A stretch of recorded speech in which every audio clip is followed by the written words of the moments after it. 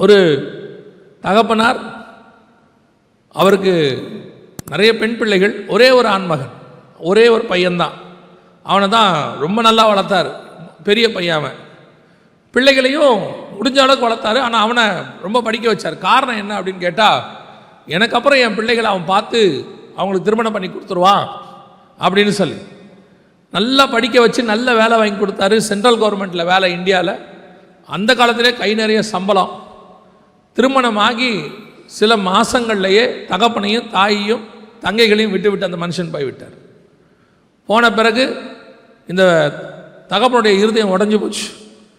கடைசியில் அவர் பிள்ளைகளெல்லாம் கரை சேர்த்துட்டார். அப்புறம் சாகிற நேரத்தில் ஆனாலும் தகப்பனுடைய இருதயம் பாருங்கள், அவரை பார்க்கணும் ரொம்ப ஆசைப்பட்டார்.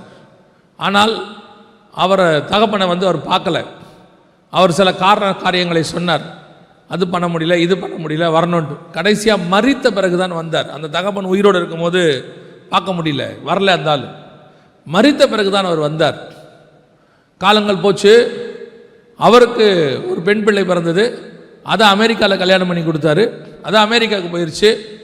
கடைசியில் அவர் சாகும்போது நான் கூட நின்று கொண்டிருந்தேன்.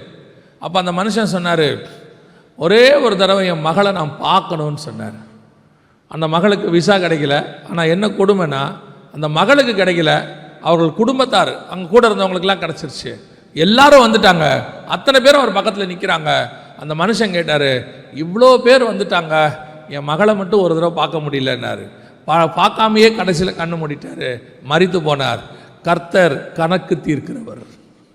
உன் தகப்பன் உன்னை பார்க்க ஆசைப்பட்ட போது நீ பக்கத்தில் போய் நிற்க முடியலல்ல, கையை பிடிச்சி பேச முடியலல்ல, உன் தகப்பனுக்கு ஆறுதலாக 4 வார்த்தை சொல்ல முடியலல்ல. ஆனால் நீ சாகும்போது, நீ மரணம் அடையும் போது, நீ உன் பிள்ளைகள் இருக்க வேண்டும் என்று எதிர்பார்ப்பதில் என்ன நியாயம் இருக்கிறது?